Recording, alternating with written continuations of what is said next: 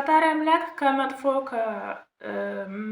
ጓደኛ፣ ከመጥፎ አሳቢ፣ ከመጥፎ መካሪ፣ ከመጥፎ ቦታ ከሚውል ጓደኛ ይጠብቃችሁ። የጓደኛ ጥሩ ነገርን ያስዛችኋል፣ የጓደኛ መጥፎ ደግሞ መቃብርን ይቆፍርላችኋል። ብቻ እጅግ ከባድ ነው። ፈጣሪ አምላክ ጓደኛችን ያሳምርልን። ጓደኛ ሲያምር ጥሩ ነው። ሰላም ጤና ይስጥልኝ። ውድና የተከበራችሁ የዩቲዩብ ተከታታዮች እንዴት አላችሁ? ፎዚልን ነበረ ሙቤ ላይ ነው ያለሁት። የሙቤ ዩቲዩብ ተከታታዮች ብያላችሁበት የዓለም ዳርቻ ሰላማችሁ ይብዛል ብያለሁ። ዛሬ እንግዲህ ይዤላችሁ የመጣሁት ፕሮግራም ስለ ጓደኛ ነው። አንዳንድ ጊዜ መጥፎ ጓደኛዎች እንግዲህ ወደ አልሆነ ቦታ ይመሩናል። አንዳንድ ጊዜ ደግሞ አንዳንድ እህት ወንድሞች የሆኑ ጓደኞች ይሰጡንና ጥሩ ነገሮችን ያስይዙናል ማለት ነው። ዛሬ አንድ ወንድማችን በጓደኛው ምክንያት በጓደኛው መጥፎ ስራ እሱ የወጣትነት እድሜውን በሙሉ በስቃይና በመከራ እንዳሳልፍ የእስር ጊዜ ገደብ ተጥሎበታል። ይህም የሆነው እንግዲህ ያው በጣም የሚያሳዝን ነው። ልጁ እጅግ በጣም ጥሩ ልጅ፣ ለሚስኪኖች በተለይ በዚህ በሙስሊም እህቶች ህፃናቶች ዙሪያ ቁርአኖችን እያሰባሰበ በመግዛት የተለያዩ ነገሮችን በማድረግ እጅግ በጣም ብዙ ስራዎችን የሚሰራ ወንድማችን ነበረ። ይህ እንደ እምነት ብቻ ሳይሆን እንደ ሀገርም ህፃናትን መጠበቅ፣ ህፃናትን ማብላት ማጠጣት፣ ህፃናት የሚፈልጉትን ነገር ለማሳካት እጅግ በጣም ትልቅ ነገር ነው። ይህን የሚሰራ ወንድማችን ነበረ። እንግዲህ ዛሬ ካጠገቡ አብሮት የሚኖረው ጓደኛ መጥፎ አስተሳሰብና መጥፎ አመለካከት ያለው ስለነበረ እንግዲህ ያልሆነ ነገር በማድረግ እሱም ላይ እዚህም ምስኪን ወንድማችን ላይ ያልሆነ ነገር እንዲደረግና ብቻ አሰላሙ አለይኩም ወራህመቱላሂ ወበረካቱ። እንግዲህ ሁላችሁም አብዲን ታውቁታላችሁ። ከአብዲ ምርጥ ወንድማችን የስደት ጓዳችን ነበር። ከዓመት በፊት ወደ ሀገር ገብቶ ወደ ሀገሩን በገባበት ሰዓት ለተቸገሩ ለተራቡ ወገኖች በጎ ስራ ሲሰራ ነበረ። እንዳጋጣሚ መጥፎ ጓደኛ አላህ ያጋጥማችሁ፣ ከመጥፎ ጓደኛ ላይ ጠብቃችሁና ጓደኛው ሰው በመግደሉ ገዳይ የ25 ዓመት ስራ ሲፈረድበት አብዲ ደግሞ አስተባባሪ ነው በሚል የ19 ዓመት ስራ ተፈርዶበታል የሚለው መረጃው። እንግዲህ ይሄ ገና ታዳጊ ነው። ፍርድ ቤቱ አስተያየት ቢያደርግለት ብለን በክብር እንጠይቃለን። ሁላችሁም ለዚህ ላይ ድምጽ ሆኑለት። እንግዲህ ጓደኛው አይጥ ባጠፋ ይመታል ዳዋ እንደሚባለው ይሄ ማለት እንግዲህ የሟችም ወገን እውነት አላቸው።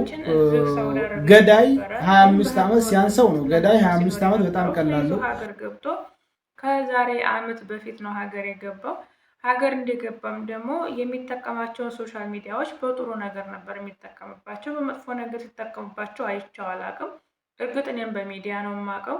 ነገር ግን አንዳንድ ጊዜ ሚዲያ ላይ የሚመጡ ወንድሞቻችን እህቶቻችን በተለይ ከአረብ ሀገር ተይዘው ገብተው ሚዲያ ላይ የሚወጡ ከሆኑ ሚዲያ ላይ ታዋቂ ከሆኑ ብዙ ጊዜ የሚሰሩት ስራ እነሱን የሚያሳድጋቸውና እነሱን የሚያፈምሳቸው ነገር ከሆነ ህዝብን ይጠቅማል ይጎዳል የሚለውን የማይለዩ በጣም ብዙዎች አሉ።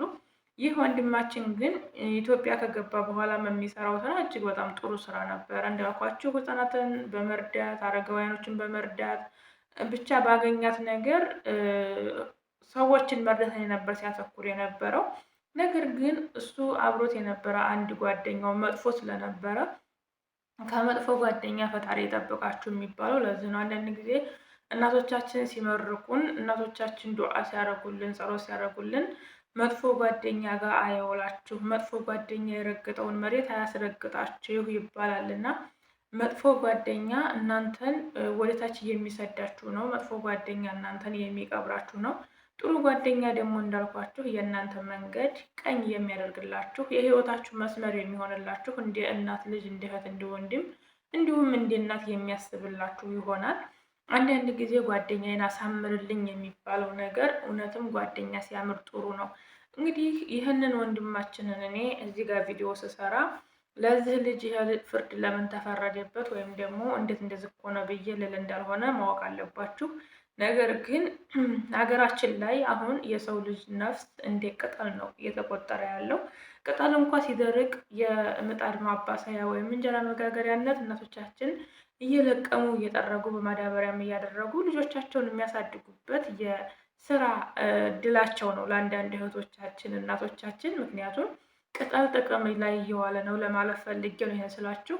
ቅጠል እንኳ ጥቅም ላይ እየዋለ ነው። የሰው ልጅ ነፍስ ግን በአሁኑ ሰዓት ሀገራችን ላይ ጥቅም እንደሌለው እንደ እንስሳ እንኳ ያልተቆጠረበት ጊዜ ላይ ነው ያለ ነው በአሁኑ ሰዓት። ብዙዎቻችን ሀገራችን ላይ እንደምናየው አብዛኞቻችን በሚባል ደረጃ ቤተሰቦቻችን እንደ ቅጠል እየረገፉ ወጥተው መግባት እያቃታቸው ጊዜ ላይ ነው ያለ ነው እና ይሄ ነገር እንደ አዲስ ይሄን ነገር ስል ሌላ ነገር እንዳታደርጉት ለማለት ነው ማለት ነው።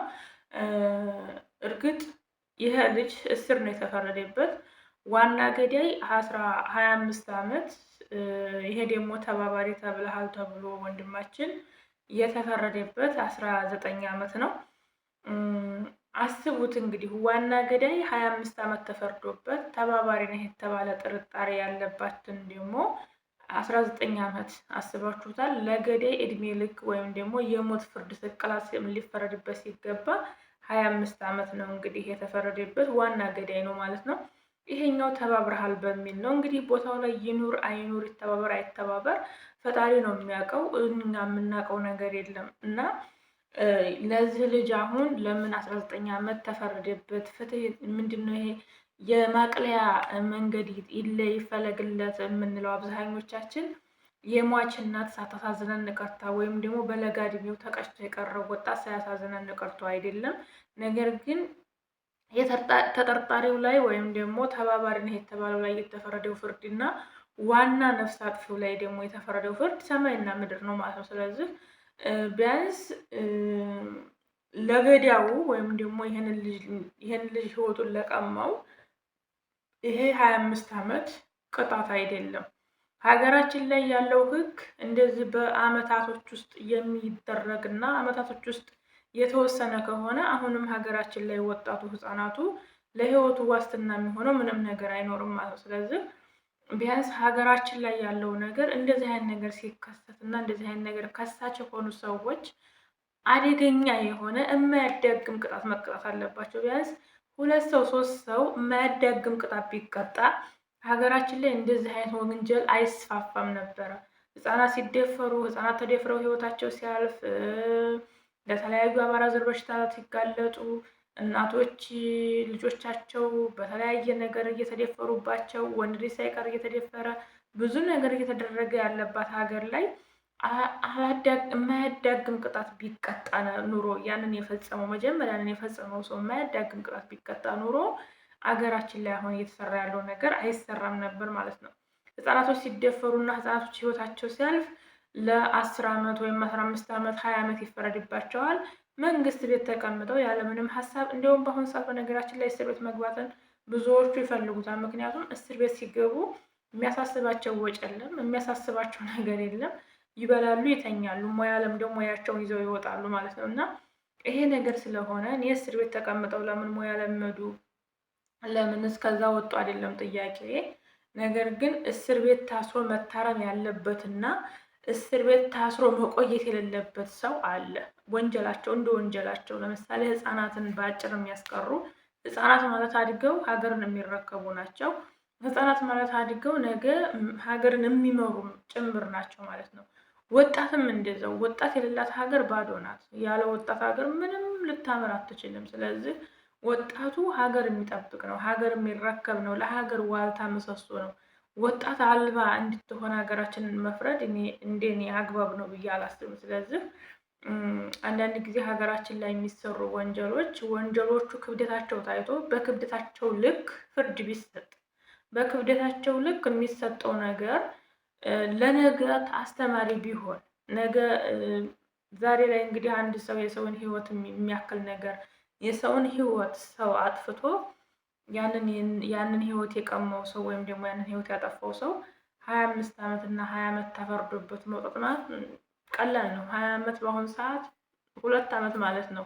በጣም ቀላል ነው። ቶሎ ነው የሚሄደው። እኛ እዚህ ሀገር መተን እኮ አረብ ቤት በራሳችን እስር ቤት እየገባን በራሳችን ፈቅደ ነው 10 ዓመት 15 ዓመት እኮ ታስረን እንኖራለን። እዛ አረብ ቤት እንግዲህ የአረብ ሀገር ኑሮ እስር ቤት ነው።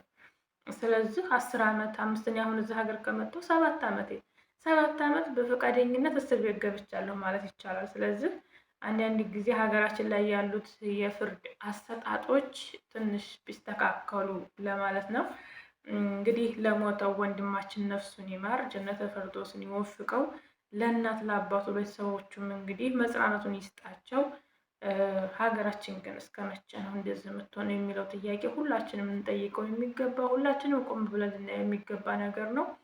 ወጣቱ እያለቀ ነው፣ ህፃናቱ እያለቀ ነው፣ ሀገር ባዶ እየቀረኝ ነው። ብቻ ያሳዝናል። ለሀገራችን ሰላሙን እንዲያመጣ ነው ሁላችንም በየእምነታችን ብንጸልይ ዱዓ ብናደርግ ትልቅ ነገር ለውጥ ማምጣት እንችላለን ብዬ አስባለሁኝ። እንግዲህ ለዛሬ ይዤላችሁ የመጣሁት ሀሳብ ይሄን ይመስል ነበረ። በጥቅሉ ከመጥፎ ጓደኛ ፈጣሪ ይጠብቃችሁ፣ ጓደኛችሁን ያሳምርላችሁ ለማለት ፈልጌ ነው። መጥፎ ጓደኛ ካላችሁ እራቁት። መጥፎ ጓደኛ ካላችሁ መክራችሁት የማይመለስ ከሆነ መራቅ ነው የሚሻለው እና እንግዲህ ፈጣሪ አምላክ ጓደኞቻችን ያሳምርልን ለማለት ነው። ወዳችኋለሁኝ። ሁልጊዜም እንደምለው ሰላምና ፍቅር ለምየ ሀገራችን ሰላም ያድርግልን። ሀገራችን ሰላም ሆና የድሮ ማንነቷ ተመልሶ የምናይበት ያድርገን። ሁላችሁም በስደት ያላችሁ ወንድሞቼ በሰላም ለሀገራችን የምንገባ ያድርገን። ስደት ላይ ሀዘንን መከራን እንዳያስነካን በእግር ወጥቶ ሳጥን ከመመልሰጥ አይጠብቀን። የሙቤ ሸጋ እናት ሙቤ ዩቲዩብ ነበርኩኝ። ስለነበረን ቆይታ ሁሉ እጅግ በጣም አመሰግናለሁ። መልካም ጊዜ። ፈጣሪ ሀገራችንን ሰላም፣ ህዝባችንን ፍቅር ያድርግልን። ወዳችኋለሁ።